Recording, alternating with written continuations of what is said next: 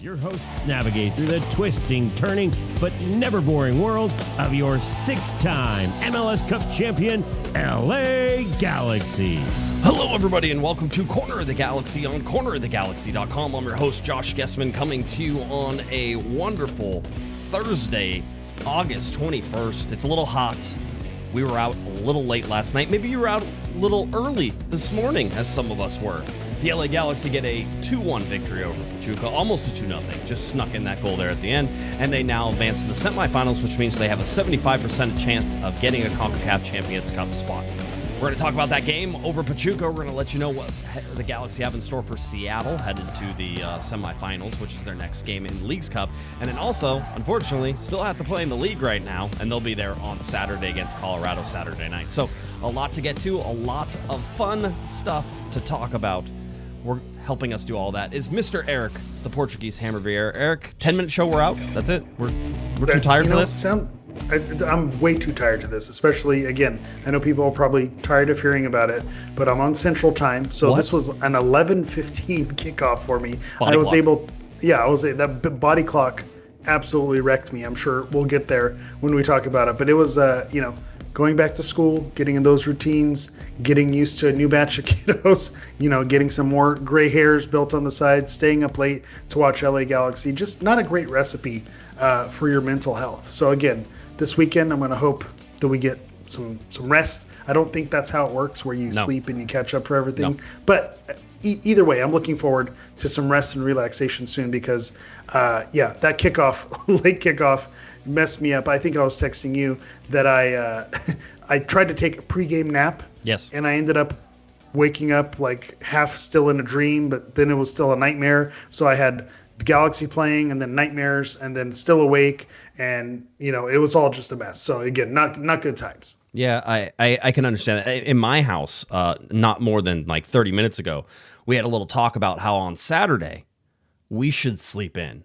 And of course, my youngest looks at me and goes, "Why would we do that? Like, I don't even. What are you talking about? I get up. The youngest are good at that. Yeah. 6 a.m. is what time I get up at, Dad. It does not matter whether that is summertime, wintertime. It doesn't matter any of those things. I'm going to get up at 6 and I'm going to wake you up. So I don't even know why you're pretending to sleep in. So, yes, that's what's going on. I got home at 2 a.m. Or excuse me. Oh, nice. That's not true. I got home at like 1:15, 1:20, and then by the time I finally got into bed, it was 2 a.m. So 2 a.m., up at 6 a.m., so nice little 4-hour sleep day. I did take a little siesta at lunch, grabbed a Subway sandwich, not necessarily something I would recommend, but grabbed a Subway sandwich. If you want to take a nap, that's something I'd recommend. Man, are they putting stuff in there that they shouldn't be putting in? Because I'm just getting like a turkey sandwich, and Subway, you and I need to have a talk, Subway. You used to be where you could go get fresh bread. Used to be where you'd have a good sandwich, and you were like, man, this is good. Now, either my perception of what a Subway sandwich was back in the day is just skewed because I was young and a kid and didn't know, and it was after a soccer game, and I used to eat 6 tacos from Taco Bell after a soccer game too, and those were great too. But just whatever has happened now, the quality is not there anymore, Eric. You have to go to other places, but then you also don't want to pay $27 for a sandwich. I've got you covered because you're right. Subway has, I don't know how old this story is, but I think they legally can't call their subs bread. I think it's casing or whatever it is. But I'm preaching the gospel of Jersey Mike's. Again, not a sponsored ad here. Jersey Mike's. Price isn't too bad. It's not horrible. You're gonna do it the way Mike would want it. You're gonna get it Mike's way, and you're gonna let Mike have his way with it in the back. You're just gonna give him the green light, and so that's the way to do it. Is to go Mike's way. Get a number 13, the Italian on rosemary parm bread. Okay. You'll never go to Subway again. No, I will. I agree with you. If my wife and I are getting sandwiches, we're like, hey, do you want a sandwich tonight, like for dinner or something? We will get Jersey Mike's 100% every time. Going to a concert beforehand, get Jersey Mike's, right? Road trip, grab Jersey Mike's. Like all those things are correct. There's not one close to me at work. And the Subway is just like I can mobile order the Subway, that type of thing. And then I go pick it up whenever I want to. I tell them I'm going to be there at like 12:25. I usually don't show up till like 12:45. Well, I was going to say 4:45. But it's ready. At least it's ready. It's there. And I just walk in, Subway for Josh. They're like, yeah, okay, cool. Those things.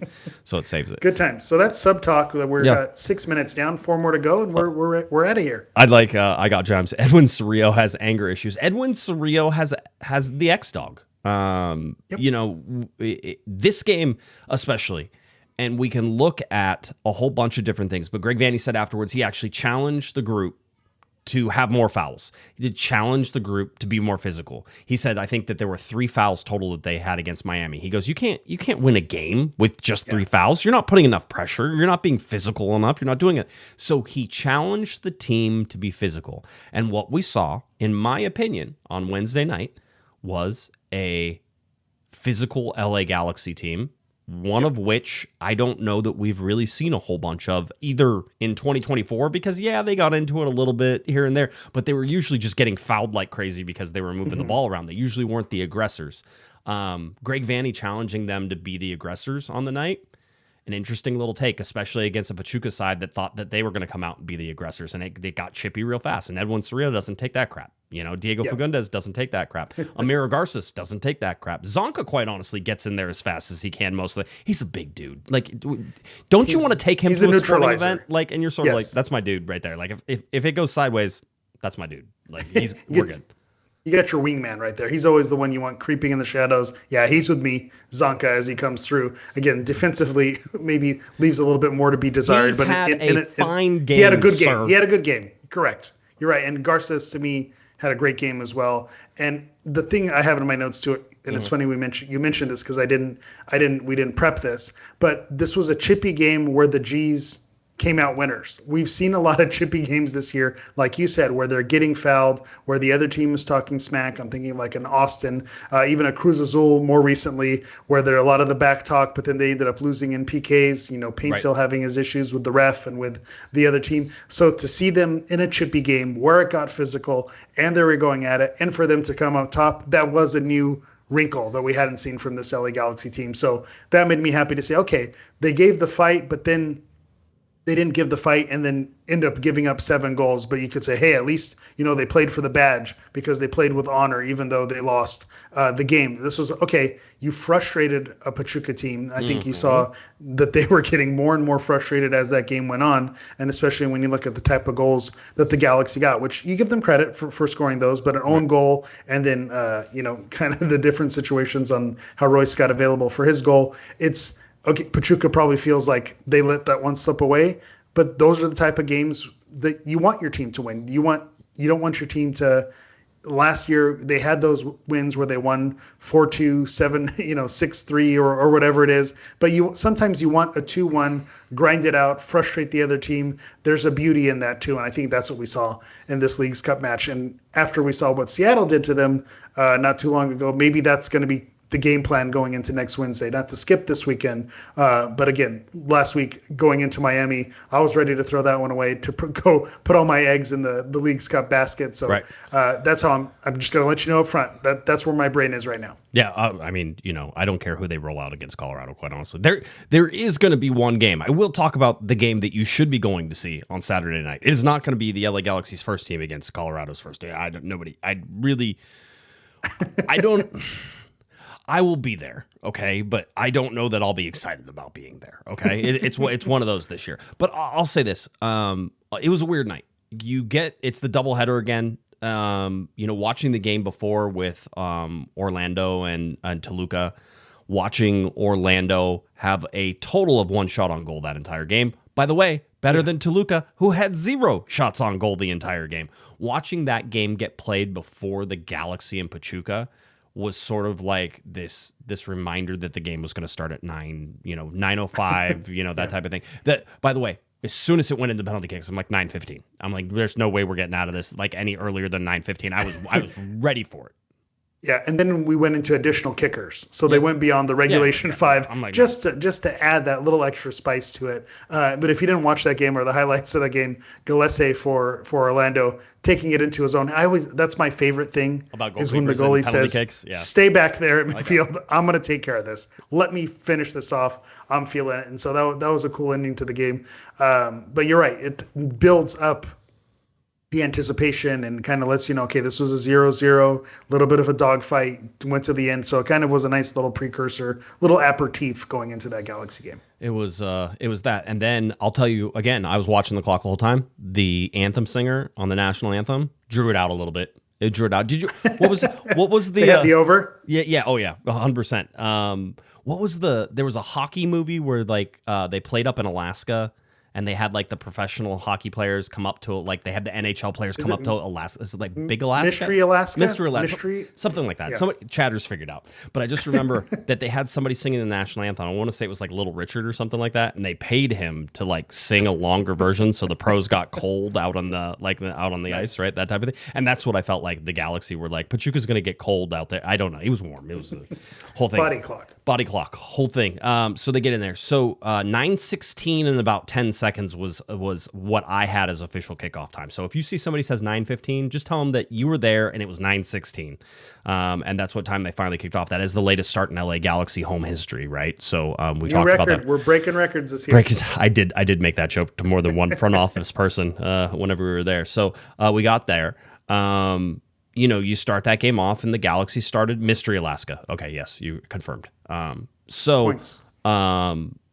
It is so you start that game off. The Galaxy sort of go through this and listen, I thought Pachuca had some chances early on that were sort of, testing things. If we're going to go big picture on this, I have a player that was the best player on the field and that didn't score a goal and didn't have his cross go in. The best player on the field for me was Amiro Garces, and you want to know why? People were saying, hey, the defense was like gritty. It's because Amiro Garces was back on the field. Like people were like, Zonka wasn't that bad. It's because Amiro Garces was on the field. Doing the dirty work. And just this is the Amiro Garces we saw that was leading up to the MLS Cup, and you're sort of like, oh, that's the dude who can come in here and do that. And if he can find consistent, here, we're going to go back to this. I can't believe it because this is like full circle this year, right? At some points, I've said that Amiro Garces is the most talented player on the field. Whenever Marco Reus probably isn't on the field right now, Amiro Garces is the most talented player on the field, and that's above Joseph Paintsel, maybe even above Gabriel Peck. It's a stretch, but just hang it, get in the boat with me, and we'll cruise down the river. You can make the argument, right? Let's at least argue it, right, a little bit. But Amiro Garces has the speed, he has the quickness, he has the technical skills to be able to outsmart top quality defenders. And I would have very much liked to see him play against Messi in Miami and what he could have done possibly coming through the middle. My guess is that Messi would have ran away from him a lot because there's just no point in being anywhere near him. Like, go to the other side, right? But I was supremely impressed with Amiro Garces. I thought he was rock steady. I thought that he fought through a ton of physical challenges. I thought he brought the physical challenges. Mm-hmm. And if you're looking for a defense to sort of turn itself around with 8 games left in the season, Amiro Garces is going to have to play, and he's going to have to be that guy. You're going to want to win Leagues Cup? Amiro Garces is going to have to be that guy. Wait, 100%. Let's see what happens against Seattle when you have Amiro Garces. It changes things because all of a sudden when Zonka goes to turn around and run because the ball's way behind him and they just played somebody through, he doesn't have to get there. Amiro Garces has to get there. And when Garces gets there, he gets the ball. And he's, at least in this game, he was very smart with his challenges and where he was going against, a team like Pachuca, who was very much looking to cause yellow card drama, penalty kick drama, like anything that they could create and, little dark arts it, however you could do it. That's what Pachuca was looking to do on the night. Yeah, where Amiro Garces is best is when he's right on that line, where he's on that yellow card, threatening to headbutt somebody, but not headbutting someone. That's where Garces is at his best because you're right. He has the speed, he has the on-the-ball skill, and he has the defensive capabilities to tackle and dispossess basically any attacker in the league. He has that. Where he goes wrong is when he goes over the edge, and it's not physicality and ability in terms of what he can do with the ball. It's the mental aspect. It's where he loses his cool, loses his temper, makes a reckless move, overcommits in a certain situation and makes those mental mistakes. That's where it goes wrong. So you're right. It is kind of a funny thing. Can he figure it out? But it's the same Garces. It's just the volume, I don't know if the volume isn't the right thing, but all the little equalizer buttons, sometimes it gets out of balance. And when it's out of balance is when it goes sideways, but it's the same guy. And so I think, you're seeing, I saw someone in the chat, got to give a shout out to Q and Brew, said 2025 Garces is slowly becoming 2024 Garces. So that's right. It's like the inverse where, we didn't see Garces come off the bench at all. We're like, why are they saving this guy? And then he finally comes off the bench and just has a killer performance. Here, he starts and we go, why is Miro Garza starting? He's a liability to this team. And then now he's kind of turning back into that player that we fell in love with in 2024. If you're looking for a lineup that you could somewhat try to replicate for the next Wednesday, whenever the LA Galaxy will play against Seattle, it's this lineup. I mean, as of right now, outside of Maya Yoshida, who we did talk to Maya Yoshida after the game. He was cruising by. We were in the mix zone, party time. Awesome. Maya Yoshida was there, and Scott French goes, Maya, are you close? And then this is only Maya Yoshida could pull this off, by the way, Eric. He goes, Maya, are you close to coming back? He goes, am I close? He goes, yeah. Are you close? And then Maya Yoshida, who was about 7 feet away, took one Maya Yoshida sort of slide closer to Scott French, and he goes, I'm close. Right? And that was it. That was the answer. There you go. It's a great joke. Right? It's a great joke. Was great. He really is a dad. He really is a dad. 100%. But he was indicating to us that we expect that he will be back for Seattle on Wednesday. I don't know about Colorado, whatever, but I think he'll be back. And if that's the case, now you have a decision to make if you're Greg Vanney. Mm-hmm. Do you change things? Because I don't touch it, no touchy. I wouldn't. And especially with, we talk about consistency, the ups and downs of what Yoshida has done this season. Mm-hmm. He's been on the other side of the consistency where it's not so hot. So again, you went out there, you had the gritty performance. You are going to get, you have the recipe. If you're going to have success, you're going to need to lean on that physicality. And what Yoshida brings to this team is what he brings in experience and positioning and being the leader of the team. It's not the physicality part, and especially when you talk about set pieces and where Seattle beat up on the Galaxy last game. Yeah. Yoshida is not going to be best in the starting lineup. So maybe he is close, right. But I think for that Leagues Cup matchup, I don't think you touch the lineup that we saw last night. It'll be interesting. We're watching injuries from this game. We're watching possibly a Nascimento injury because he had to come out. Greg, I think, was fairly optimistic that he would be okay. Garces was limping and had to come out towards the end of it. I think that Greg, I think he talked to Amiro as he was coming off, and he goes, Amiro, are you good? He's like, I'm good, coach. Like, good, I'm good. And he goes, and then Greg told us, he goes, yeah, but he says that anytime I ask him. So, like, it doesn't really mean anything, right? The whole deal. So, just some little stuff that are sort of hitting. So we'll watch those injuries. But again, we kind of played this game in Miami, and we have to play this game again. The Galaxy need to rotate on Saturday and just let some guys heal, because this was a max effort, high energy game. And again, it's nice of the Galaxy to show us that they can do this, because we haven't seen a lot of this. They are absolutely capable of raising to a fairly high level. I do not think that Pachuca is a great Liga MX team right now. I think that as they get into the season, they'll probably play a lot better, right? They're only like 4 or 5 games into their season. Yep. There's lots of reasons why there are 0 Liga MX teams still left in the tournament. That's right. Yeah. There will be an MLS champion in Leagues Cup again. It's the inverse Concacaf Champions Cup. It is. And there's reasons for that, and we can go through it. I agree with Greg Vanney when he said he thinks it's more balanced now, right? He goes, there's more balance between that. He goes, probably it's the closest balance that we've probably had since everything started. There's certainly some of that. You still used to have, the giants of the Liga MX that were in there that still spend a lot more money, right? But a lot of these MLS teams spend more than some of the Liga MX teams now, just based on, designated players and everything. Salary cap doesn't mean much whenever you can spend, $22 million and the salary cap's at 6. That changes that.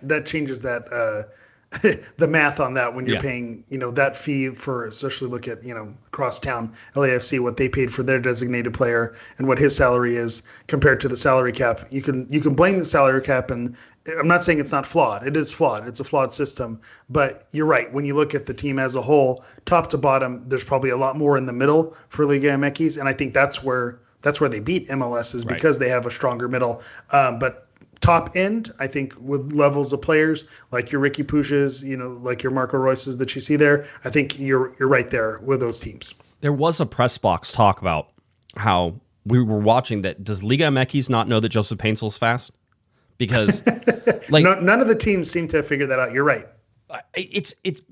Greg says that and he sort of knocked out, sort of put it this way, is that, Liga MX's teams sort of are more okay with risking going forward and sort of coming out and playing a high line and making you beat behind them. And he goes, in MLS, there's a lot of teams that are like reticent to do that, and they'll like make sure that you're staying back. It's sort of more of a defensive first side of things, and maybe in Liga MX that's not just the way that they play, and so they're more open, and it just allows, somebody like Joseph Paintsel to have more joy on that side. That being said, he could have had a lot bigger impact on this game, I think. I think Gabriel Peck could have had maybe a little bit bigger impact, although I thought Peck played really well. I mean, there was defensive moments in there that you're like, yes, that's the type of decision making, that's the type of motor that you need for every single game from Gabriel Peck, which is tough. I mean, these guys are deep into the season now. There's bumps and bruises everywhere.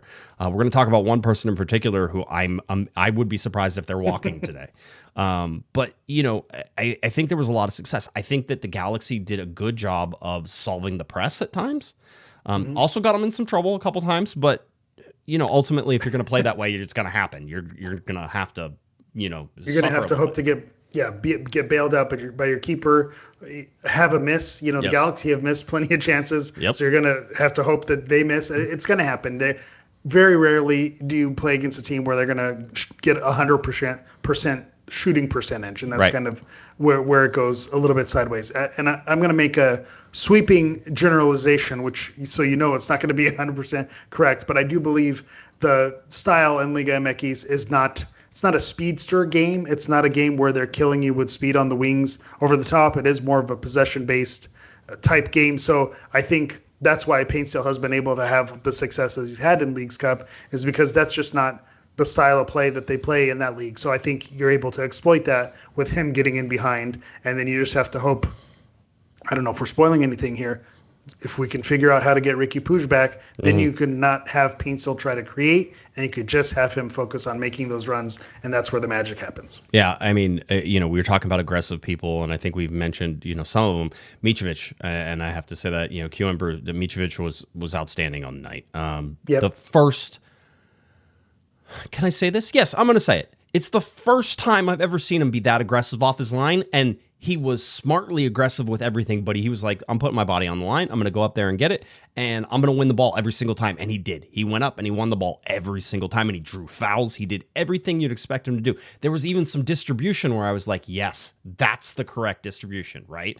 He hit one pass that was, I think it was out to the left, but he had to thread it, and it had to sort of be about chest high and on a laser in order to get there, and he hit it, and it went off, and the Galaxy were able to break into space and go. So there were some things there I was more happy with, because I think in Miami he was very timid. I was just going to say, how much of this is also a product of him getting bullied, against Miami, against Seattle, where he just looked, like you said, incredibly timid. He was not strong in the box, was not that leader coming out of there. So maybe he needed to get his face plant in the mud before he can have this performance, because you hate to look at it this way, but whatever hardship that they had in that game versus Miami, and where he looked basically embarrassing. It was embarrassing. You expect a big, strong keeper of his size to come out and win it. And so for him to just get dominated like that, it's like, wow, that's not what you want from a number one keeper. So maybe that was the slap in the face that he needed to have the success in this game. Yeah, you'd hope so. Another guy that obviously Cerrillo was talked about. Now, Cerrillo, different situation. That was crazy. I was as soon as halftime hit, I'm like, Cerrillo's not coming back out. You're not bringing him. You're halftime sub, because that dude was borderline double yellow a couple times, and you have to be in the middle with that. And I was waiting to see how Sanabria sort of fit in there with that, because this is technically the Galaxy were playing a game where Lucas Sanabria should sort of succeed, which is being strong in the middle and being able to go crunching tackle in the middle and being aggressive, because I think Sanabria is more of a tackle forward, go after the guy, and that more than he is shield him to the left or shield him to the right. Yeah. No, it's a little Dima Kovalenko, if you will. It's Sanabria wants to kill all the time, and I think he's better whenever you're aggressive. And I thought that on the night that was sort of what we saw. There was some of that, but the other part of that was that he didn't come in right away. Parente came in to sort of take Cerrillo's place, which when that happened, then keyed a player that I don't think we'd see in this position if it wasn't for just the Galaxy not having a ton of depth there. but it's Diego Fagundes. Then all of a sudden became, either the 8 or the 6 that was back there playing defense. Diego's not a spring chicken. His legs are not the freshest. He's not the guy who you would expect to go out there and lead the LA Galaxy both in intensity, in pressures, in sort of some defensive stands. I'm not saying he had a great game, and I think the stats are going to be like, no, it wasn't a good game, right? But the stats don't tell you the truth of that game. There was one person who kept up the intensity for all 90 minutes through the center of that field, and it was Diego Fagundes. And when you have somebody like Marco Reus, who's going to be in your game a lot, he's not going to play a lot of defense, right? And we know that. So you need somebody who's going to at least track back or put pressure or try to clog lanes and do a whole bunch of different things. I'm sure this year, hands down, the best performance by Diego Fagundes, and he scored some goals this year and done some things. It didn't matter. He did everything the Galaxy needed him to do, and sometimes you need those guys. It was a very Mark Delgado-esque, in a different way, performance, right? That's the right comp. And I think we can look at other games this season and say that this was not the Galaxy's best game of the season, but there are elements of this that were the best way that they've tactically handled some different situations in this game. And so you're right, with Diego Fagundes, as many moments as he had this season of success, the team hasn't had success on top of those moments. So it's hard to give him his flowers there. But you're absolutely right that he has that dog in him, that X-dog, whatever you want to say. Mm-hmm. He has that extra grit and basically the knowledge to know, the experience. Okay, he's going to know where to be. He's going to know, okay, now that these players have been subbed off, this is where I need to fill in this role. It's not going to be, this is my position. I know how to play this. I'm not bending. It's okay. I need to adjust how I'm playing because that's going to help my team come out on top. By the way, sidetrack. Togos and Quiznos, do they get in on the sandwich making? Quiznos used to be, but then Quiznos got to be $7,000 per sandwich. Like you're like, well, I want to put some bacon on it. There'll be like, that's an extra $25. I will say Togos walked so Jersey Mike's can run. I'll say that Togos to me was the GOAT. Quiznos was right there. We have this conversation all the time. How does Skype lose out to Zoom? Yeah. It's how does Quiznos let Subway and whatever they're claiming to be his food come out on top? Because Quiznos was the better product. And Togos was right there too, but just whatever nationally chain-wise just didn't catch on. But to me, Togos was the GOAT, even over Jersey Mike's. Yeah. So great shout there. And then I think the Outsider also has a super chat. Hey, but Metal says, what about Panera Bread? And that's whenever you say, get out. Nope. Get out now. Nope. Sorry, Metalhead. Get out. Yep. Get out. Yeah, we're done. We're done here. There's have I ever told my coffee story? Coffee story? By the way, $5 super chat from LA Galaxy Outsider, one of my faves, as always. Love you, bud. I miss the Outsider. I know. That was revenge for Superliga, One of the greats, the Superliga final, LA Galaxy 2007. versus Pachuca, 2007, way back in the day. The Chris Klein bicycle kick game. So that's something Chris Klein is not maybe fondly remembered in recent memory for, in LA Galaxy fans' eyes. But to me, I want to block that out and remember him for just that bicycle kick to send it into extra time against Pachuca, to send it into PKs. And then, who can forget? I tell this story all the time. Our new signing, Abel Xavier, Portuguese international. Here's this guy with the European experience coming up for a penalty, and everyone's excited except for me, the Portuguese guy in the stands who knows that this guy is a liability in the penalty taking category, and then he absolutely put the Galaxy in a bad situation. They ended up losing that game. So shout out to the Outsider for having this as our moment to exact revenge for the Superliga. A little, all that was missing from somebody said, I want a Chris Klein overhead, goal. That was I'm like, bring him back the good memes. All right, cool. So anyway, my coffee story is this. I had in-laws visiting me. And we were at the place, and all of a sudden the in-laws disappear, right? My wife and I, we were at the place. All of a sudden they disappeared. They're like, we're going to go out for coffee. We're like, okay. When we figured they were going to take our car or something because they didn't have a car. We're like, and they just walked. And so then they're gone for like 3.5 hours, right? We're like, where the hell did they go? Like, no, they didn't call us. They didn't say anything. And they're like, yeah, we're like, there's a Starbucks down the road if you want to go to Starbucks. Oh, I can't drink Starbucks. Coffee's too strong. We're like, okay, cool. So hold on. So they come back. They come back. They are happy as can be, smiles across their face, just loving life, right? And we're like, okay, where'd you guys go for 3.5 hours? We found this great coffee shop. They have the best coffee. We're like, there's 12 amazing coffee shops like around us. I don't even drink coffee. I know them because my wife drank coffee, so I'd be there all the time. I'm like, oh, this is gonna be great. I wonder which one. Maybe they went, over to this place called like Tony's, or over here at the zoo, or like all this different things, doing the whole thing. And they're like, I'm like, well, where'd you get your coffee? And they're like, Panera Bread, and that was it. And no. that was yeah. So cute little independent. The decor was just to die for. Everything that you wanted, your 90s aesthetic there. So Panera. So the joke in our car is that anytime we pass a Panera's, I'm like, hey, I heard they have really good coffee, right? My wife just like rolls her eyes. That happened like cute little coffee shop. Yeah, 8 years ago. Still say it all the time. Like if I went down right now and be like, I love hey, those jokes. 100 good times. No, so let's back to the match. Obviously, what were you talking about? I don't know.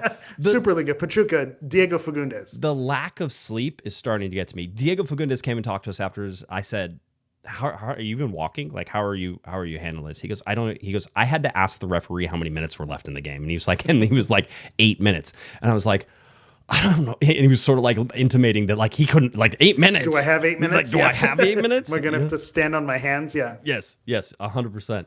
And so yeah, he was spent. Those are the types of performances that you needed in this game. And, Greg Vanney said it correctly on match day -1 on Tuesday.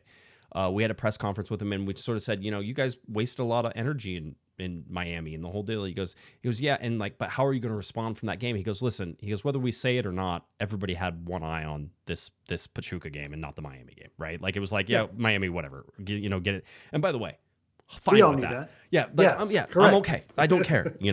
I personally think it's really nice that perhaps the Galaxy could win 3 trophies. I will count the wooden spoon as one of those, but win 3 trophies, get us out before the playoffs start, have an actual off season for us to be able to do stuff. Because good Lord, we didn't have any off season last year, right? It was just rolled right into one, and they could still get a Concacaf Champions Cup spot for next year. I mean, perfect scenario. They're going to come with the pitchforks and the torches, if I say this. Yeah, go for it. They're already in the semifinal, so they're at worst getting a third place play-in game. Yes, yeah, they have at least have a chance to play for one. At least have a chance to play for it. If at the end of this year they win the wooden spoon, and they come away with a CONCACAF Champions Cup spot, and hardware against Campeones Cup. Yeah. It's a successful year, because did you want? A playoff run to maybe go back to back, but at very least get in the CONCACAF Champions Cup, so you can still continue that continuity of being one of those powerhouses in the region. And whether you do that via Leagues Cup or whether you do that via playoffs, the outcome's all the same. Winning MLS Cup or getting third place and finishing last. If that ends up getting the same result, then I'm okay with it. The trophy stays in the cabinet. After this game started, the season started 10 games in. Right. Okay, we're probably not going to win MLS Cup again. Yeah, right. Then with Ricky Pujol. So if they get a CONCACAF Champions Cup spot, that's a win. That's absolutely a win for the season. So again, people are going to say, we need better. We demand an organization. We need to be in the playoffs. Need to be MLS Cups. Yep. You're not wrong. Right. You're not wrong. But let's look at this holistically. Coming off the year that they had and the win that they had, with some of the injuries and cap space moves that they needed to make that kind of handicapped them, I don't know that you'd be too upset. Now, here's the thing. Yeah. You still have to play the game against Seattle, and you could earn that berth next Wednesday, and be done, and then you can call it a success. But you get bounced by Seattle. Then on the other side of the bracket, playing a tough Orlando team or a Miami team, whoever drops from there, then it can get real hairy. Then if you lose that, then it doesn't look as fun, and I start to look a little more silly. I like the MLS dream scenario, of course, is the LA Galaxy and Miami, which would get played at Dignity Health Sports Park for the final. However, the nightmarish wet dream that they could also have would be the LA Galaxy versus Miami in the third place game. Yes, 100%, right? And I'm like, oh man, in some ways that's kind of there. So in the double header before the final of Orlando Seattle, 100%. The way it stacks right now is the top 3 finishers in Leagues Cup get CONCACAF Champions Cup spots for next year, which now means that only one of the 4 teams that's left will not get a CONCACAF Champions spot. I was talking with some people as I was headed down. There's another part to this as well, which is just by being 4th, if for some reason Miami goes and wins an MLS Cup, gets the CONCACAF Champions Cup, or if they win a supporter shield, right? They get an automatic berth. That there's a possibility that they would take that berth, and then the Leagues Cup one could possibly drop to the LA Galaxy. Now, I don't know how they determine this. Stuff has to happen. Stuff has to happen. But bottom line is that CONCACAF said that 3 spots come out of Leagues Cup. Right. And so when you are in MLS and in your local league, you usually have to claim your local league's top spots inside of that, outside of like an intercontinental tournament, although in this case it's like North America, so not really, but outside of like an international tournament, right? So there is, I think, at least a slim chance that even if the Galaxy were to lose the next 2 games, which is a real possibility, the 3 teams that are left are all good teams, you know, that you could see that the Galaxy could still backdoor their way into a CONCACAF Champions Cup spot. So just I mean, it's not where you want to win one and not have to worry about it. And right now you have a 3 out of 4 chance to do it. So that's important. By the way, you win the next game against Seattle, you automatically get one. You're already You don't have to worry about it. And I think if you're relying on another team to do it, I know Miami is the hot name to throw out there, but the way Seattle's been playing, if they came out and won MLS Cup this season, I would not be shocked. And then I don't know if that directly gets them the spot or if it's the standings thing. Either way, that could be the team that you keep an eye on that bumps a possible 4th place LA Galaxy team. But we're not going to worry about that because they're gonna handle their business one way or another. I would like to remind everybody the LA Galaxy will host every single game they play. So they will host the game against Seattle coming up. In fact, I'll even pop that up for you. It is the LA Galaxy versus the Seattle Sounders on August 27th at 7:45. I imagine we're about 7:55, 8:05, 8 o'clock, 8:05 p.m. is going to be your kickoff. So we're not getting crazy. Which maybe the Galaxy like to play late games and they're good at it and that they just want to keep going that way. But that's where we see this semifinal sort of sticking out right now. It is Miami and Orlando, an immediate rematch of a game that just happened in Orlando where Orlando went down to Miami and beat them one time. And then Miami went up to Orlando and without Messi and they're like, we're going to get you. And then Miami just spanked them 4-1. So, Orlando spanked Miami 4-1. Orlando took it away. Mm-hmm. Yeah, Orlando is again, I'm going to say this over and over again. Don't bet against Oscar Pereira ever in your life. Do not do it. He finds ways. Sneaky team. If you watch him beat Toluca, which by the way, the best team, everybody was pretty much they could win Leagues Cup. Like everybody, they could win Leagues Cup. That type of thing. If we're looking at Leagues Cup and what happened is Orlando outlasted Toluca and sent them packing. The LA Galaxy sort of brushed their way through Pachuca and really made Pachuca work. Pachuca had to work harder than almost any Mexican team that was playing, except maybe Tigres, which was a 2-1 win for Miami on the other side. But Miami also got 2 penalty kick handballs that they converted. Dubious indeed. Well, I want to say it was in one way you can call it a clear handball, but then I just call into question what is a handball because we've seen it. If it hits the hand, it's automatically a handball. But then we've seen it where it hits the hand. Well, no, it was natural body position. So again, I just don't know what a handball is. This is my rant. I'm in huge favor of if it touches your hand, it's a handball. I don't care if you're right next to the guy's hand and you kick it right at his arm.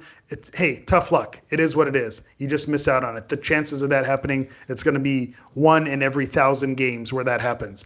But it needs to be obvious where if it hits your hand, it's a handball. And then we can have rules around that. But that just drives me crazy when it's not. So to me, as much as I hate to say it and I grit my teeth, it was an obvious handball. Yeah, okay. Whatever. Because it hit his hand. It hit his hand. So that's how it is, but all Mexican teams eliminated now. So it's all MLS teams. That's how it goes. Because of the fact that the LA Galaxy will still play 2 games in this tournament no matter what happens, that means they had to move the FC Dallas game, right? That was coming up.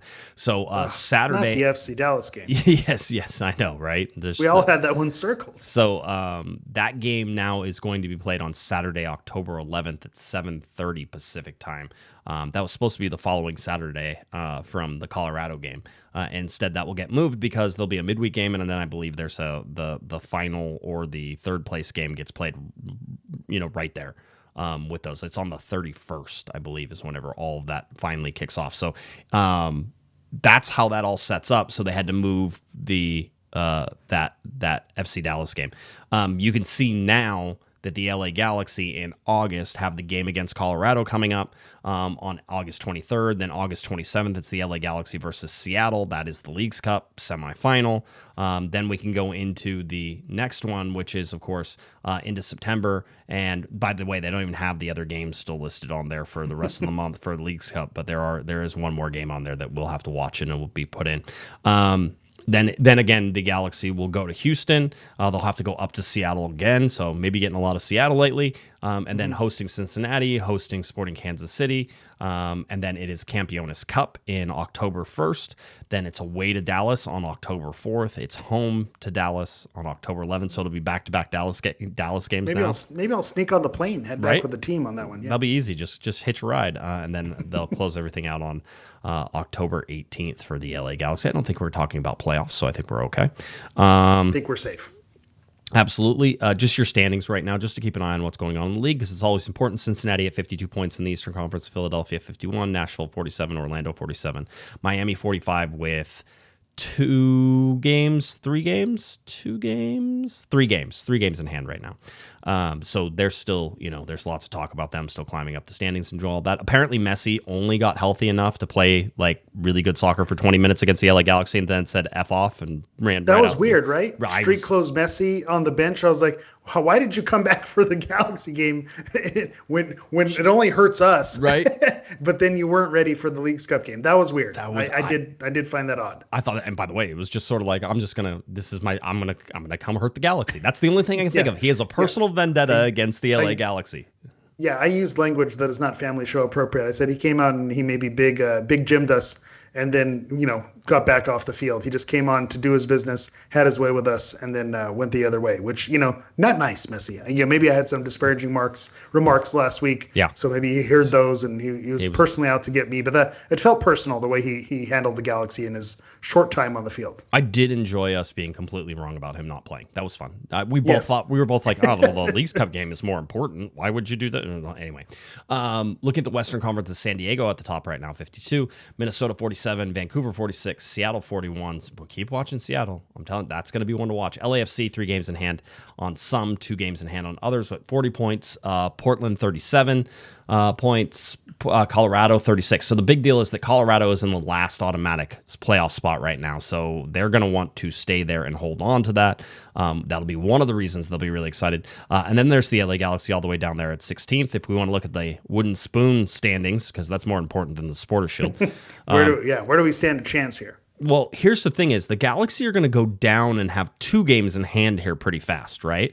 So it's not going to help them. But the thing is that as those games come towards the end, they're going to get a chance to sort of go after DC United, who's 4 points, Montreal, who's 4 points, St. Louis, who's 5 points. So if you figure that the Galaxy have 1 game in hand right now, and pretty soon they're going to have 2 games in hand, you can sort of start to figure out, hey, if those are both wins, which why would they be? Because it's league play and the Galaxy can't win in league.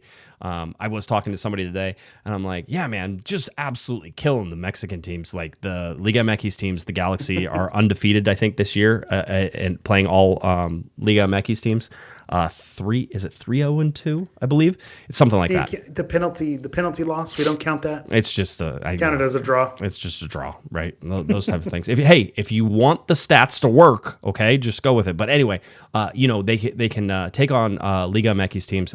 They can't beat Houston. That's the LA Galaxy right now. It's like taking on Pachuca, one of the better Liga MX teams. Can't beat Houston. No chance. Yeah, beating St. Louis, who have a recently fired coach, can't do it. Can't do it at home. Yeah, nope, not going to happen. That's very much the 2025 LA. That's what it feels like. Now, perhaps in a bit of a surprise, we do have transfer rumors, or not even transfer rumors, but transfer news. Deals done. Deals are done and locked in. Now, one of these is official, one of these is not. I will tell you that the second one is going to be official. Just wait for that to happen because Tom Bogert reported it, and that's all you need to know, right? The whole deal. But let's go to the first one, which is the bigger deal for the LA Galaxy. Nashville, and this was official from the LA Galaxy. Nashville did sign sign Johnny Perez to a permanent deal from the LA Galaxy. He's going to be a U22 player, right? So this is a guy who's getting signed into that U22 spot. And the LA Galaxy are going to receive not general allocation money, not targeted allocation money, but it's real actual money. They're getting $1.5 million in cash in a trade for Johnny Perez. Now, originally, this was, I think, a $100,000 deal worth of general allocation money. That was sort of put into the contract whenever everything was spun up. But apparently Nashville didn't have that. And the LA Galaxy were like, well, we'll take cash. Cold hard cash sounds good to us. So there's two interesting parts. Well, there's like three. The U22 spot is really interesting in terms of progressing Johnny Perez into his career in Nashville, because that means you're in a coveted spot there, and they're expecting him to play and expecting him to do things. The other part is the $1.5 million can go all the way up to $1.8 million with $300,000 in incentives. I would suggest that those can be met, so the Galaxy could get close to $2 million for Johnny Perez, which if I told you the Galaxy were going to get $2 million for Johnny Perez, 2 days ago, you would have slapped me and said, you're stupid. So that's a win, though. 100% a win, but it's better because the LA Galaxy do retain a sell-on percentage as well. Now, the sell-on percentages have been kicking in lately for the LA Galaxy. Mostly the craziest one, which is the Aaron Bibu, getting him. Okay, so he went to Genk, right? Remember that happened, right? And I think that was like a $2.5 million deal or something like that. The Galaxy had a sell-on clause, and they got $500,000 out of that. Like, tell me, that's like looking in your couch and there's $500,000 there. You're like, oh yeah, that's true. For Aaron Bibu, like for the development that you did there and contributions to the first team, that's a bigger return on investment than maybe you would have had. I thought you were going to mention Efrain Alvarez. I know he's also on my list. Got some of that sell-on money from him, and so you look at a player like Johnny Perez. I'm going to take a moment to just wish him all the best. Right. Very much in that Julian Araujo, Jalen Neal, Mauricio Cuevas, when he left the first time, players where when they leave, you wish them all the best, and they're kind of once a G, always a G type things. And so that he's become beloved in Nashville. I think I'm not big on Twitter/X like I was, but it seemed like there was a lot of chatter about, are we going to keep Perez? Are we going to keep Perez? What's the deal with the Galaxy? Are we going to be able to keep that loan, extend the loan? Can we buy him out? The fan base really wanted him to stay. And I think as much as it hurts to see him go, to watch a player go on loan when there wasn't a spot for him here last season, and then land at a place where now people are clamoring for him to stay and paying a fee for him to stay, that says a lot about who the kid is and what he's able to do. The kid can ball. We saw it in those, Leagues Cup showcase games against Guadalajara, and he had those moments every time he was on the field. He's like, man, I just want more of this kid. Which, to your Cuevas point earlier, a couple weeks back, where the only way you're going to get some value back is by getting rid of the players who can give you that. Right. So I think when you look at the business that's done, would it be nice to have Johnny Perez on this team? Right. Absolutely. Yeah. Coming off the bench for Joseph Paintsel or Gabriel Peck, that's absolutely someone who could be a game changer, give you that spark off the bench. But who are you going to be able to earn $1.5 million for? If you're doing that with Peck or Paintsel, you're taking that at a loss. If you're looking at other players like Diego Fagundes, he's not going to fetch that value for another team to come and pay. So where can you get someone who wants to buy a player at that price? It's someone who it's going to hurt you to see them go, but you also have to give him all the credit in the world for earning a starting spot and for, getting the U22 contract. I think that just says everything that you can. And all that sets up, and you're going to talk some more about the sell-on clauses, that Nashville is not going to be the final destination for Johnny. I see. Hopefully. Fingers crossed, injuries, everything there, but he very much seems like a player that's gonna end up somewhere, a little bit more meaningful, and that's what you hope to see from these players. Yeah, Efrain Alvarez is one of them that now went down to Chivas, and well, first TJ, then Chivas, and the sell-on clause goes through TJ to Chivas, and the Galaxy end up getting money from that. We can also go to the LA Galaxy Academy. I know a lot of people love to crap on the LA Galaxy Academy. Just Julian Araujo, Johnny Perez, Efrain Alvarez, Brandon Tellez, I can't remember how you say it, but Tellez, who's down with Chivas right now. Jalen Neal, Marcus Furcanis, right? Like, these are all Galaxy Academy products that came through, and some touched the first team, some didn't touch the first team. But bottom line is they went out and they made the LA Galaxy some money, right? And if you're watching world football right now, right, the sort of the ugly side of this is that Chelsea buys every player that they can find, and then they sell them off. They stash them, and they don't even sniff London, right? Like there's no chance they're not even allowed to, at Stamford Bridge. You're never coming here, but we're going to sell you for $1 million over here, and we just made $750,000 on the deal whenever we brought you in, and that's enough to help us make more money. And so it's the selling game as well. And I think that you're going to see that from the LA Galaxy, which is that you're going to get guys who don't sniff the first team, and you're going to get guys who do sniff the first team and then get sold and get moved on. But bottom line is that I personally believe that the Galaxy Academy is sort of on this upward trajectory. And we've talked about them just in the last 3-4 years and what they're winning and what their prospects look like and the people who are coming through that. And it's like, listen, 99% of those guys are never going to see first team, but some of them are going to get sold to other places. And every once in a while, you're going to get one that gets on the first team. You're going to get the stuff. So just because you're not seeing it, and the LA Galaxy is one of these top tier clubs, even though they're really at the bottom right now, I hate having to defend them with this stuff, but they're a top tier club, which is they're going to bring really top tier talent onto the field with money that they have. And so you're probably not going to get those starting spots from some of these guys, but you're going to be able to move on and sell. And I think that that's a positive. I think we have to look at Johnny Perez as, yes, you'd love to keep him, Pico Rivera, local kid, like the whole deal, you want to keep him. But if you can't keep him, then what type of business are you doing to move him? It's an extension of his career. It's good for him. It's good for the Galaxy. The Galaxy get almost $2 million. That is a win.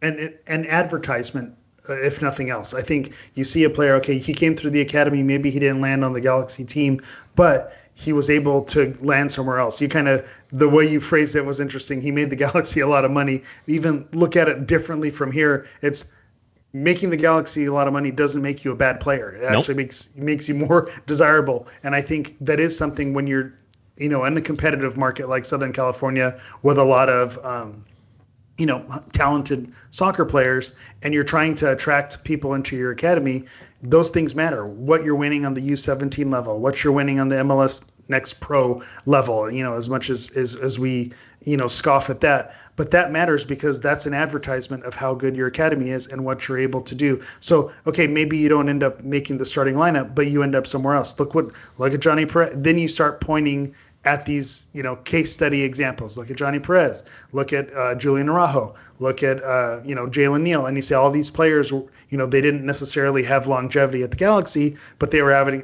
able to have success elsewhere. And so that kid who's 12, 13 years old, and the parents are making a decision, what's going to be best for my kid, the LA Galaxy is going to look a lot more attractive. People asking what you can do with $1.5 million of real actual money. You can't convert some of that to general allocation money. So if you're looking for an international slot for maybe, let's say, Ricky Puig or something like that, maybe you can go out and get one with the $1.5 million and convert some of that to general allocation money. And then you had some money in there from Aaron Bibu that also hit and helped you out a little bit and did some stuff. And so you got a little walking around money right now, right? And Will Kuntz has a little walking around money. Maybe he has a little bit more salary cap space, knowing that John McCarthy is headed to the New York Red Bulls. Tom Bogert was on that. New York Red Bulls agreed to a deal to acquire goalkeeper John McCarthy from the LA Galaxy. These are unconfirmed sort of listings. Not official yet. So let's just take a deep breath whenever I use these. I haven't been able to confirm these, so I can't tell you. But basically, for John McCarthy, the LA Galaxy are going to get a 2026 third-round draft pick. LA will retain a significant portion of McCarthy's salary. And everybody freaks out about that because they're like, how dare they pay for John McCarthy? I mean, I saw the Discord turn themselves blue and purple this morning trying to justify, trying to get upset about.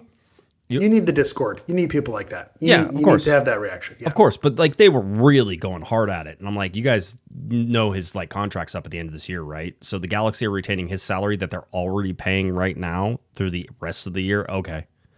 And by the way, for 8 games, it's probably, they're paying 2/3 of it. You know why they probably had to do that in order to make him? One is I would imagine that John wanted out. And I don't know that for sure, but the kind of player he is and where he was, and seeing that Mitrovic is sort of, he heard the right to ask out. 100%. Honestly, yeah, 100%. No problems. And for me, looking at that, I'm sure he wanted to go out. But the other part of that is that New York probably didn't have the cap space in order to get a goalkeeper. Their goalkeeper goes down. They're trying to find somebody who can help them try to get in the playoffs and do the stuff they do.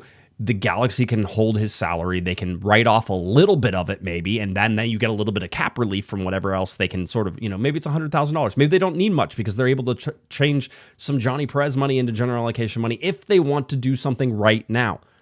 Again, I don't think that they do. I think that they sort of hold pat. They take that money, they put it in their pocket, maybe put it in an interest-bearing account, So again, here's our financial advice podcast. I thought we didn't do that. I thought we were not financial advisors here. We're not. But, so it doesn't hurt the Galaxy to do this. It's not the end of the world. His contract was up at the end of the year. Basically, the Galaxy end up getting a third-round draft pick for John McCarthy, which if you just waited till the end of the year, you get nothing.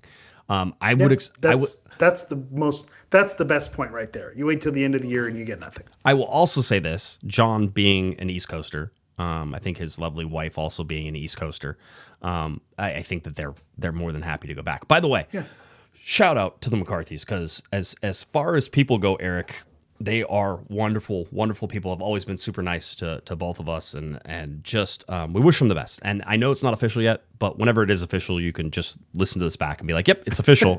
and Josh said it.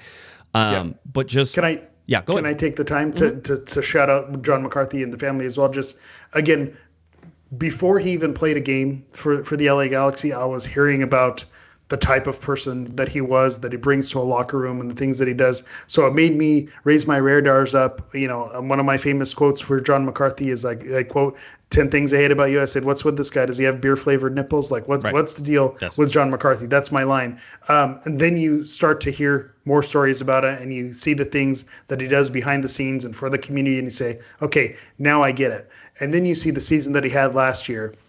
And this is where I think it's a really tough business. I think he did everything to earn the starting job for 2025. And it's a shame, and it's a tough thing that he was on such a short leash at the beginning of the season. And there was that who's the starter, who's not the starter, and wanting to kind of force Mitrovic. And Mitrovic is coming off a great game against Pachuca. Right. But that really was John McCarthy's spot. And to have it taken away, that's tough. That's tough business. So to see him go somewhere else, wish him the best, hope he can, find a landing spot, because he is a starting level goalkeeper in MLS, and he deserves to be starting somewhere. He is, there's some guys who and I didn't expect this. I had heard really great things, like same as you. I didn't expect this. There's some guys who are sort of on your forever teams, right? Like for me, I could list some people like, okay, Josh, forget it. Like Todd Donovan is on my forever team. AJ Del Garza is on the forever team. Ashley Cole was probably on there. Nigel de Jong is probably on there, right? David Beckham, Landon Donovan, Robbie Keane are on the forever. They just make an impression on you, not just from the way they play, but also from the way that they interact with you, if you've ever met them, ever talked to them, the whole deal. I mean, I've told the story many times about Robbie Keane just introducing me to young Robert Jr. whenever he came in to do the podcast with me, and we were sitting in the referee's locker room, and he was happy to talk to me and sit there and do whatever he wanted. It wasn't a big deal to him, and he's just Robbie Keane. I'm just here to talk soccer, whatever. It's all good. John McCarthy's on that list, 100%. Just absolute class act. And maybe he gets a chance to go do something with New York, and he's on the East Coast, and I wish him all the best. That's it. It's just great. John McCarthy is a class act, always has been, always was a great locker room guy. Won an MLS Cup for the LA Galaxy. That they don't take the trophies away, Eric. That's what I heard. Yep. They don't take the trophy away. He's got two of them. Yep. And so he's came up big and earned those for sure. 100%. He's one of those reasons. So that's the news. I don't know what is going. The LA Galaxy need an international slot for Ricky Puig. If I remember correctly, let's see. I think I wrote it down.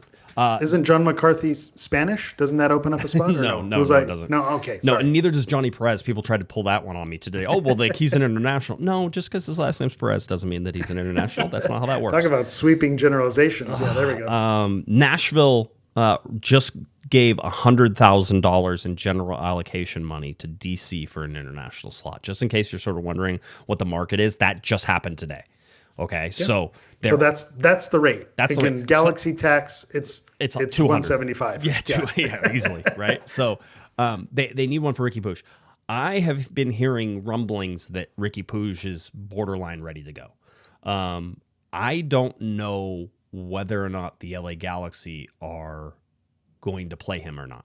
Right, I think that might still be up in the air. I'm of the opinion they should, and I will stick by that. That's been our take all year, but we're not in charge of the team. I'm not in charge. They don't listen to me. I try. They just don't care. So let's see what happens here. If the LA Galaxy don't go out and get an international slot, Ricky Puig can't come back onto the roster, right? Like it's one of those like, oh, sorry, Ricky, we don't have an international slot. Guess you can't play. The whole deal. What if we put him in Edwin Cerrillo's jersey? Right? Can that work? I think it would be. I think we have the technology. AI. I think with AI we can do this. Deep fakes. I think we can make this work. Yeah. There are always open. There are always open international slots. People are like, where could you even get one? There's always like a handful somewhere. So there's a bunch of teams that don't use it that much. So that's sort of where we're at. That's where we are sort of in that spot now. Do I believe that Ricky Puig is ready to go? No, I don't. I don't think I've seen him. I don't think he's been in full training. Like, there's a whole bunch of things that you're sort of like, is that when's that going to happen? That type of stuff. So, but there's just this little undercurrent. There's a little rumble here, a little rumble there, and I'm just like, you know what? I understand it. I understand why there would be. Ricky Puig almost got in a fight on the field with Pachuca after the game. Like he was out there, like in the center of the scrum. He's ready. His body is ready. Yeah, he's ready to go 100%. Mr. Provino says, of course, that there's just 22 days until the roster freezes as well. So September 12th is when the roster freezes. Now, from my understanding, Ricky Puig is technically on the roster but unavailable. That's as of right now. He's unavailable because of the injury, and so he's just put in this unavailable slot. So I don't know what that does in terms of can they add him after the roster freeze because he's technically already there and he just needs an international slot in order to come in. I don't know, but now we're into the time of the year where I would say that and I think we sort of guessed this was around August, September was where we were going to maybe see Ricky Puig come back. We are now sort of, I think we're in Ricky Watch. But there will be 3 Instagram accounts who all have Ricky Watch. Galaxy Podcast says Ricky might be coming back. Ricky is ready. Ricky is ready. Per corner of the Galaxy. Ricky is ready to come back. Which, of course, I didn't say. I just said that there's some rumblings about it. So everybody chill. But yeah, you're right. November last year, was it November when that game was? Early December. After with the injury, we were saying right before MLS Cup, could it be August, September, and the Galaxy are in 6th place or 8th place and they make a run? Well, we were wrong about one part of that, but I think the timeline on these types of injuries, 9 months seems to be kind of where we're at, and that seems to be the timeline that we're at right now. If he doesn't play this year, and then he doesn't start playing again until like early January, he will have not played a competitive match for over a year and two months or something like that. Yeah. I don't think that's where you want him to be. That's he's got to just get a game. He's going to be out there playing like pickup in Venice or something like that. That's not where you want him to be. Ricky needs to be kicked and kicking people. All right, that's what he needs.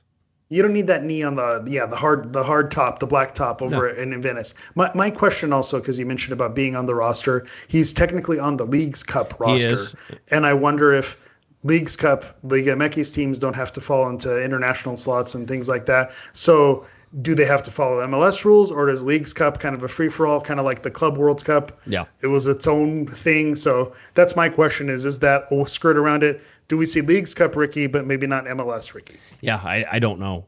It's a good question. I'd have to go look through Leagues Cup rules. Usually you have to be like roster compliant with your home league in order for it to be that way. But that's sort of where we're at with Ricky Puig. That's where we're at with John McCarthy and Johnny Perez. So those are your answers. Quickly now, I will tell you that the LA Galaxy will be facing off against Colorado coming up at 7:30 p.m. 7:40 p.m. is going to be your kickoff time on Saturday, August 23rd. This is at Dignity Hill Sports Park on Apple TV and MLS Season Pass. That's all great. And I'm glad that everybody knows that that's when the game is and the whole deal. But now I'm going to tell you about the real game. The LA Galaxy's Special Olympics Unified Team match versus the Colorado Rapids takes place after this match. Okay, so in the main stadium. Pack the house, folks. Yes, in the main stadium, Miami, in front of, after the senior teams go out there, Miami, All right. This is how you do it. They're going to play 2 25-minute halves. There will be full video board activation, motion graphics, ribbon boards. All that stuff is out there. This team is getting the full first team treatment. You can just stay in your seat. If you are a fan at this game, you wait for the game to get over. So you watch the Colorado Rapids win 700-0 because the Galaxy just didn't show up. However that ends up happening, just as soon as the game is over, start moving down.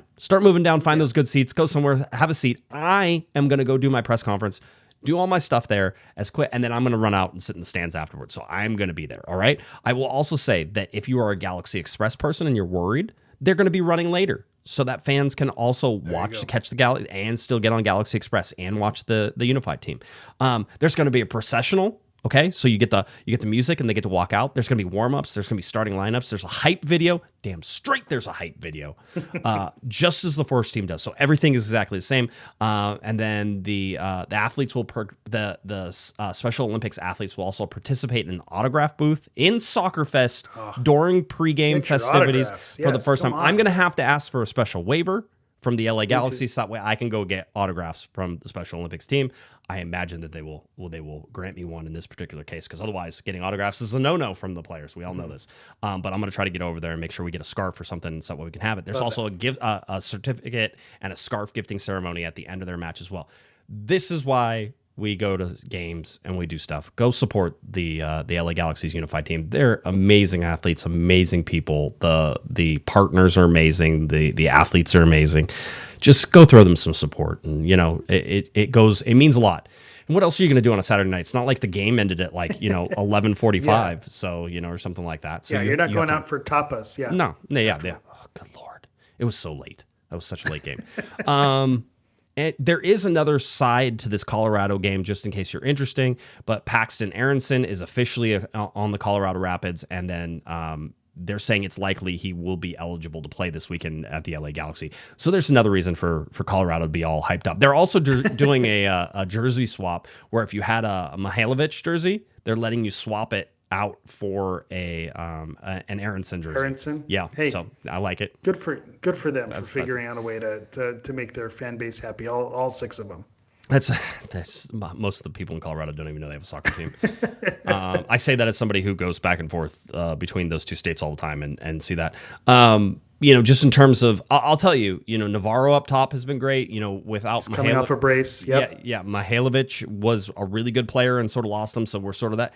Aronson's going to be all hopped up and ready to go, so that's going to be something to watch. And then their best player is still going to be Zach Steffen in the goal, and so the Galaxy are going to have to figure out a way to get that. And then our big question, Eric, is how much the Galaxy rotate. I don't even. I would hope all. I hope that they sit everybody. Everybody. Yeah. Yeah. Fair enough. So, other names, I always think about who are the names that are going to scare you. Your Reggie Cannon, Calvin Harris, not the DJ, Sam Vines. Those are all solid MLS players who have made the Galaxy pay at one time or another when they've played each other. And so Cole Bassett's another name that's in there. Yep, and 100%. And so this is a tough team. This is a tough Colorado team. And the thing that you have to remind yourself is Colorado has a playoff spot that they want to keep secure. There's a team 5 points away, from catching them or for them dropping out of a playoff spot. So every point is going to matter to Colorado. Whereas we just mentioned, we're ready to throw the full B team out there. We know that's not exactly how it's going to operate, but Vanney did partially admit that they had one eye on the Leagues Cup game against Miami, and I think maybe they'll have 1.5 eyes on the Seattle game. Two eyes. They'll be playing with their eyes closed. Yes. We'll figure it out. So I don't think. I think in a different world, in a different scenario, they can give Colorado a competitive game, but just not at this point in the season and where they're at with what they have upcoming with Leagues Cup. D ratings. What? I don't even. Why do they do this? Yes, go ahead. Galaxy 47.1% favorites, Colorado 27.2% favorites, and then a 25.8% chance for a draw. A lot to get through there. But the interesting thing is how the money line moved. It opened at Colorado plus 265, right. And then there's some places at plus 188, plus 215. So whoever the MLS sickos are who are betting on this said, Colorado's giving me value. LA Galaxy's looking at Leagues Cup. So all the metrics, the D ratings is using the money in Vegas is saying, nope, Colorado is going to be the smart money on where you put that. So that has to make you nervous if for whatever reason you're looking for the Galaxy to get a result here. I was going to say there was at one point the money line was like plus 310 for a draw. Now like plus 275, plus 300, still in there. Draw's not a bad call because I don't know.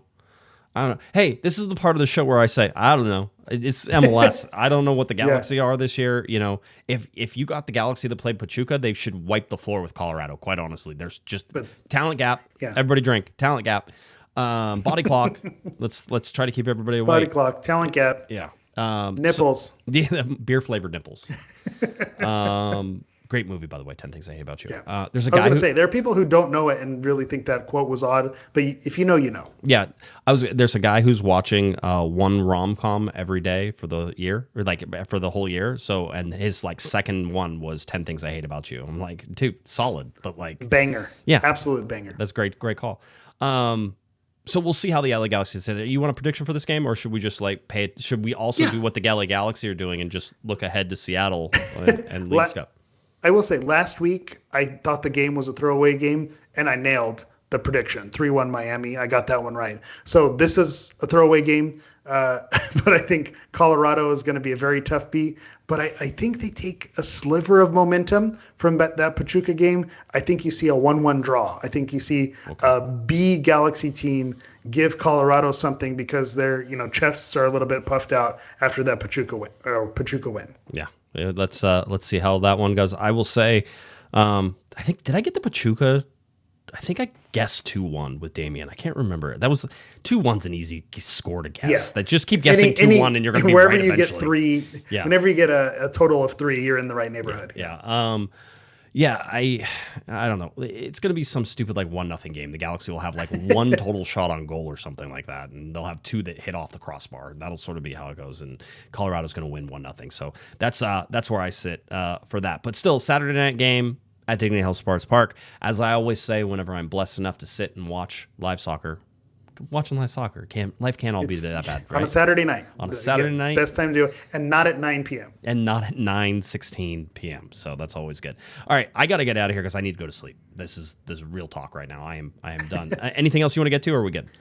I just have a quick shout out. Yes. Sometimes, again, it happens with my central time and not necessarily being as up on Galaxy things as I once was. So you think, has the game left me behind? I'm not at the presence on social media that I once was, to the point where there's probably new listeners, last season and this season who are like, what's the deal? What's this guy's deal? But those of you who, were around in the earlier years, you kind of get my vibe. I came across an account on TikTok called Galaxy Glazers, and it's just a group of boys. I don't know how old they are. They could be, you could tell me they're 10, you could tell me they're 17, you could tell me they're 22. I don't know. And they're just kind of vibing, making dance videos, doing their thing, wearing the Galaxy jerseys with the balaclavas, have their faces covered, kind of have that ultra look. And I'm passing the torch. Okay. This is my sign. It's over for me on social media. The game has passed me by. So salute to the Galaxy Glazers as I knock my microphone out. Shoot them a follow on TikTok. Just, good vibes. Not my thing anymore. So I'm going to pass the torch to them officially. I love it. All right, people. Let's get out of here. Eric, tell everybody where they can find you. Let's go. All right, you can find me on social media on everything at Hammer EV and at Hammer EV9. That's Hammer EV and the number 9. I don't even know anymore. I don't know. It's whatever. All social media, Galaxy Podcast, cornerofthegalaxy.com, YouTube, Spotify, SoundCloud, any of those places where you can find our podcast. You can type in Corner of the Galaxy. Like, subscribe on YouTube, all those fun things. We will be back on Monday night. I'm going to try to corral Mr. Damian Calhoun into coming back again, so let's see if we can work that out. All right, that does it. The LA Galaxy have a game coming up on Saturday, 7:30 p.m. against Colorado Rapids. Get ready for that. And, of course, stay for that LA Galaxy unified team. I'll be there. You should be there as well. All right, for Mr. Eric, the Portuguese Hammer Vieira, I'm Josh Pato Guesman. You've been listening. You've been watching to our little Corner of the Galaxy. Have a great one, everybody. You've been listening to the Corner of the Galaxy podcast on cornerofthegalaxy.com. You can follow the show on Twitter and Instagram at Galaxy Podcast. And be sure to check out and subscribe to iTunes, Stitcher, and Facebook by searching for Corner of the Galaxy. Fans, we thank you for listening, and we ask that you be kind and courteous to your neighbors as you leave the podcast. We thank you for joining us and look forward to seeing you again Until then, I'm Michael Araujo, and on behalf of the entire Corner of the Galaxy crew, goodbye, everybody.